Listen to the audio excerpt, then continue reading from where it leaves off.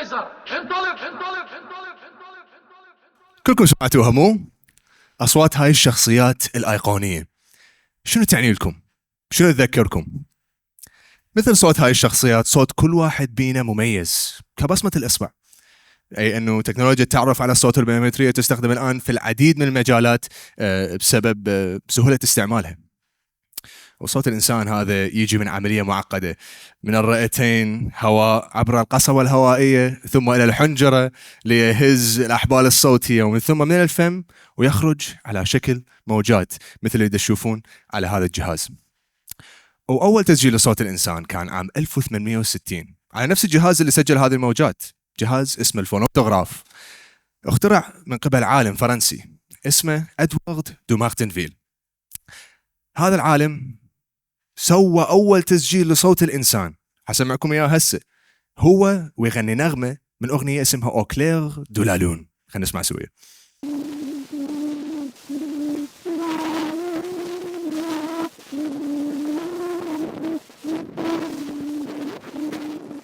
غريب مو؟ يعني فشي عبالك مو بشري، لكن حقيقة بنغمة، واللي هي نغمة فرنسية قديمة. نعم. وبعد هذا الجهاز تم اختراع الميكروفون، وانطلق عالم الراديو والتلفزيون والأفلام. الأفلام الصامتة صارت كلها لها أصوات بشرية عملاقة، مثل أول صوت اشتهر واللي هو صوت ميكي ماوس اللي كان بصوت والت ديزني بنفسه. وبعد ذلك ب9 سنوات اجى فيلم بياض الثلج والأقزام السبعة اللي كان أول فيلم أنيميشن بتمثيل صوتي بالكامل. وأشهر ممثل صوتي بذاك الوقت كان شخص اسمه ميل بلانك، يسموه الشخص ذو 1000 صوت، أي أنه صوت كل هاي الشخصيات اللي تشوفوها قبالكم، يعني كان شايل لوني تونز على ظهره بين قوسين. وأشهرهم هو باجز باني. لكن للأسف ميل بلانك تعرض لحادث سير كاد يؤدي بحياته ب 1961، والأطباء حاولوا كل شيء أنه يقعدوه، يعني أي شيء حصلون استجابة منه ما صار، طولت أسابيع، إلى أن دكتور قال خلي أجرب فد شيء. اجى يمل وقال له باجز باني شلونك اليوم؟ ومع العلم انه ميل فاقد الوعي، ميل جاوبه وقال له اي واتس اب داك. وكانت هاي اول استجابه من ميل من اسابيع، وكانت نقطه تحول بتعافي. قعد بعد هذا الشيء وتعافى بالكامل. فلاحظوا شلون صوت الانسان مهم لحالتنا النفسيه، ويأثر على عقلنا الباطن وصحتنا الجسديه ايضا. ويعني نبرة الصوت هي الأهم من الكلمات، أي أنه الدراسات تشوفنا أنه 7% من الفكرة فقط توصل من الكلمات، والأهم هو لغة الجسد ونبرة الصوت.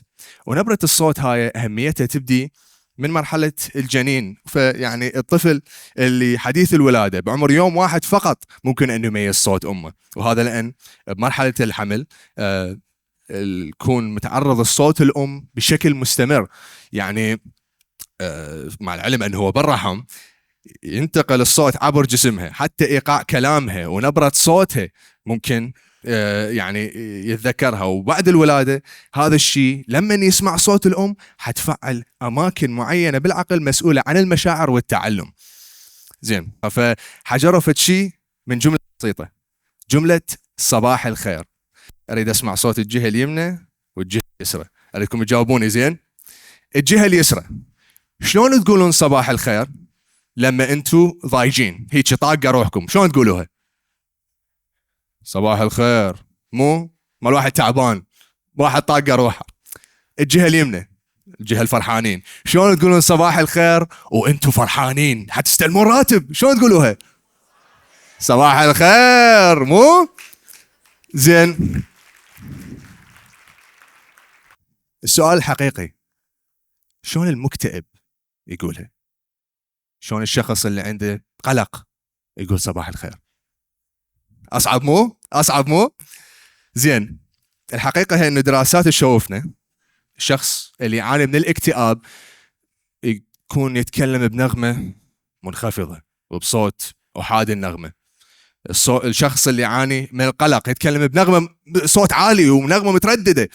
فهذه إشارات مهمة أكيد مو بس للمستمع لكن للدكتور اللي يشخص هاي الحالات.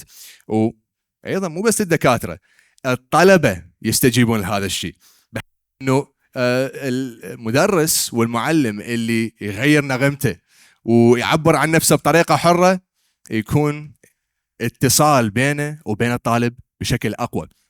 زين، كنا نعرف أنه أكيد لما تسمع المعلومة ومو بس تقراها حتتذكرها أكثر. فأهم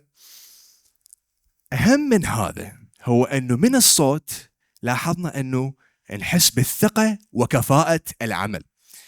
سووا العلماء تجربة أو دراسة علمية، حللوا مع الأطباء جراحيين تسجيلات لصوتهم هو يحجون ويا مرضاهم قبل العملية، ولاحظوا أنه بالدراسة أثبتت أنه أكو ربط بين نبرة صوت الطبيب الجراحي والمريض، بحيث الأطباء الجراحيين اللي كانت عندهم نبرة صوت حادة وأقل تعاطف يعني بها حدة، كانت عندهم دعاوى قانونية أكثر من اللي كانوا يحجون بنبرة طبيعية أو نبرة بها تعاطف.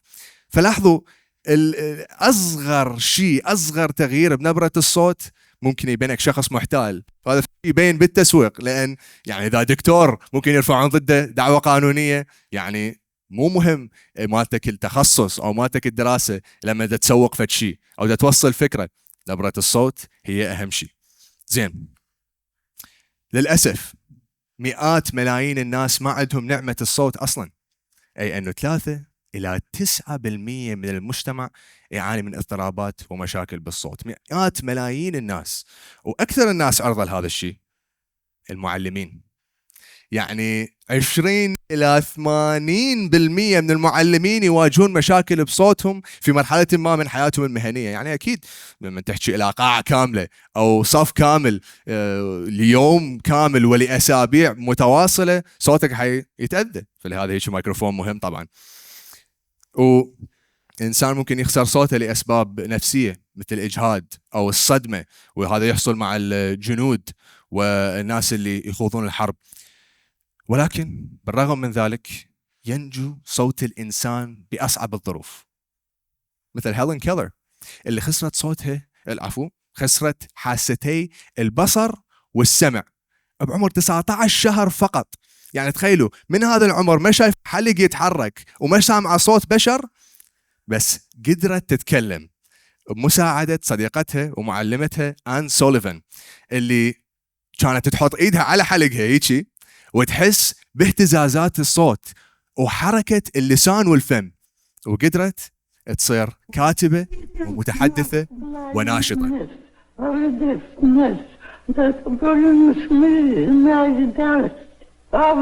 It is not blindness or deafness that bring me my darkest hours. أصبحت متحدثة وناشطة، واللي صار هنا هو نوع من السبيتش ثيرابي، واللي هو يستعمل للناس اللي عندهم توحد أو الناس اللي خسروا صوتهم لأي سبب كان. ففي عصرنا هذا، في عصر الذكاء الاصطناعي، مشاكل الصوت مثل هيلين كيلر لها حل. كنا نعرف العالم العظيم ستيفن هوكينج اللي عنده صوت ذكاء اصطناعي مميز، بعمر 21 سنة أصيب بشلل بدماغي وما قدر يتكلم بعد هذا الشيء. لكن بالبداية استعملوا جهاز يلتقط حركة خفيفة خده أو من فمه يحطه ككلمات على شاشة، لكن كنا نعرف انطوه صوت آلي مميز. أظن سامعي قبل. The fact that you are listening to me now shows what technology can do, even if it does give me a Scandinavian or American accent. ومع العلم أنه طوروا صوته وانطوه شيء يعني متطور أكثر مو آلي، قرر أنه يبقي هذا الصوت لأن صار جزء من شخصيته ومن نفسه. والذكاء الاصطناعي أيضا استعمل ب 2022 الممثل فال كيلمر في سلسلة توب كان مافريك. للأسف الممثل خسر صوته بسبب سرطان الحنجرة، ولإعادة دوره بالفيلم استعملوا الذكاء الاصطناعي لتركيب صوته مرة ثانية. وأكيد كنا نعرف أنه التأثيرات الصوتية مثل هذا الشيء، مثل هذا الأسد،